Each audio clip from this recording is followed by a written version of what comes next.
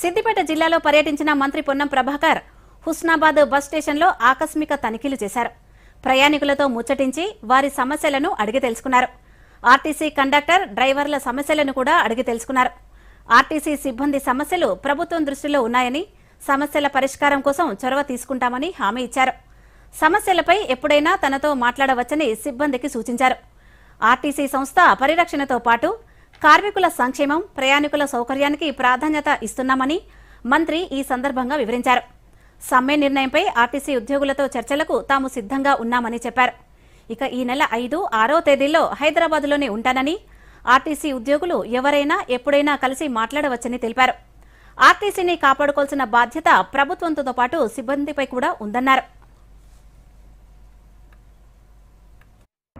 హుస్నాబాద్ బస్టాండ్కి సంబంధించి కూడా ఈరోజు ఇక్కడికి రావడం జరిగింది.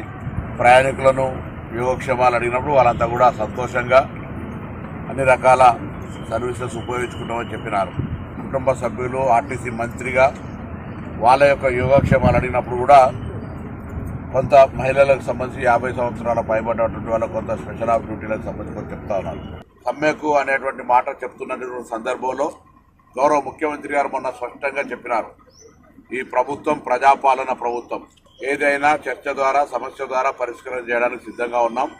మీరు మా మంత్రి గారు ఎప్పుడైనా కలవచ్చు, మీకు సమస్య పరిష్కారానికి సంబంధించినటువంటి మార్గం తలుపులు తెరుచున్నాయని చెప్పి మేము కూడా చర్చలకు సిద్ధమన్నారు. నేను రవాణా శాఖ మంత్రిగా వారందరినీ ఎప్పుడైనా వాళ్ళ వీళ్ళను బట్టి నేను 5, 6వ తేదీలలో హైదరాబాద్లో ఉంటా.